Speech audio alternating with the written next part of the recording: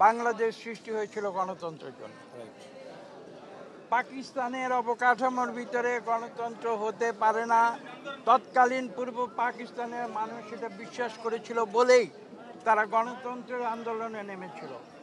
এবং আমরা পরবর্তীতে দেখেছি একটি রাজনৈতিক দল যারা স্বাধীনতার প্রতিভু বলে নিজেদের দাবি করেছিল, অত্যন্ত লজ্জা এবং কলঙ্কের বিষয় যে তারা বাংলাদেশ থেকে স্বাধীনতার মূল আদর্শকে ধ্বংস করে দিয়েছে। কি সেটা ছিল গণতন্ত্র। সেই গণতন্ত্রকে ধ্বংস করে দিয়ে তারা প্রথমে বাকশাল কায়েম করেছিল, পরবর্তীতে তারা অলিখিত বাকশাল কায়েম করেছিল। বাংলাদেশের মানুষ কিন্তু সেটা গ্রহণ করেনি, এবং করেনি বলেই 2024 সালের 5ই আগস্ট সেই স্বৈরাচারী সরকারকে এই দেশ থেকে বাংলাদেশের মানুষের ঘৃণার ফলশ্রুতিতে পালিয়ে যেতে বাধ্য করে। কাজে আজকে আপনি যে প্রশ্নের উত্তর দিয়েছেন, এর উত্তর অত্যন্ত স্পষ্ট। আমরা স্বাধীনতায় বিশ্বাস করি বাংলাদেশের, আমরা বাংলাদেশের গণতন্ত্রে বিশ্বাস করি।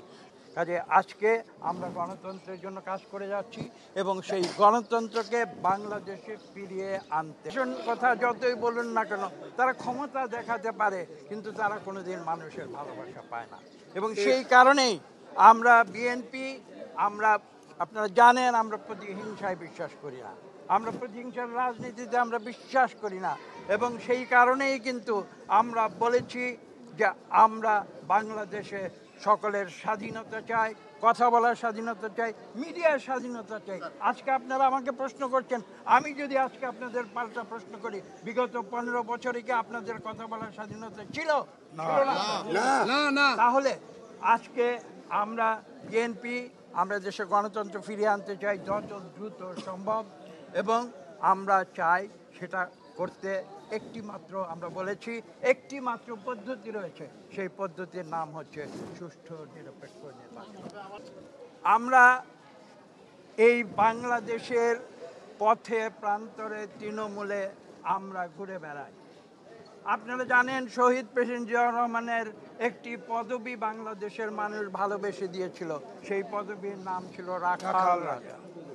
শহীদ প্রেসিডেন্ট জিয়াউর রহমান বঙ্গভবনে বসে রাজনীতি করেননি, তিনি রাজনীতি করেছিলেন বাংলার পথে প্রান্তরে, মাঠে ঘাটে, ফসলের ক্ষেতে, নদী খাল চষে বেরিয়েছিলেন।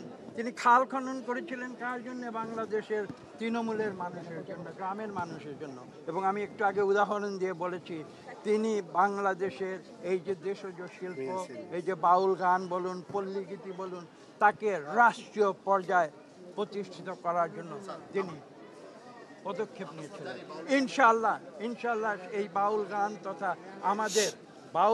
তথা আমাদের পল্লীগীতি বলুন, গ্রামীণ সংস্কৃতি বলুন, আমাদের যে বাংলাদেশের যে মূল যে সংস্কৃতি, যেটা আমাদের ফসলের ক্ষেতে, আমাদের নদীতে যেটা গড়ে উঠেছে শত শত বছরের পরিক্রমায়, সেই শিল্পকে আমরা আগামীতে যদি জনগণ আমাদের ভোট দিয়ে এই দেশ পরিচালনার দায়িত্ব দেয়, আমরা এই শিল্পকে শুধু জাতীয় পর্যায়ে নয়, আমরা ইনশাল্লাহ আন্তর্জাতিক পর্যায়ে সুপ্রতিষ্ঠিত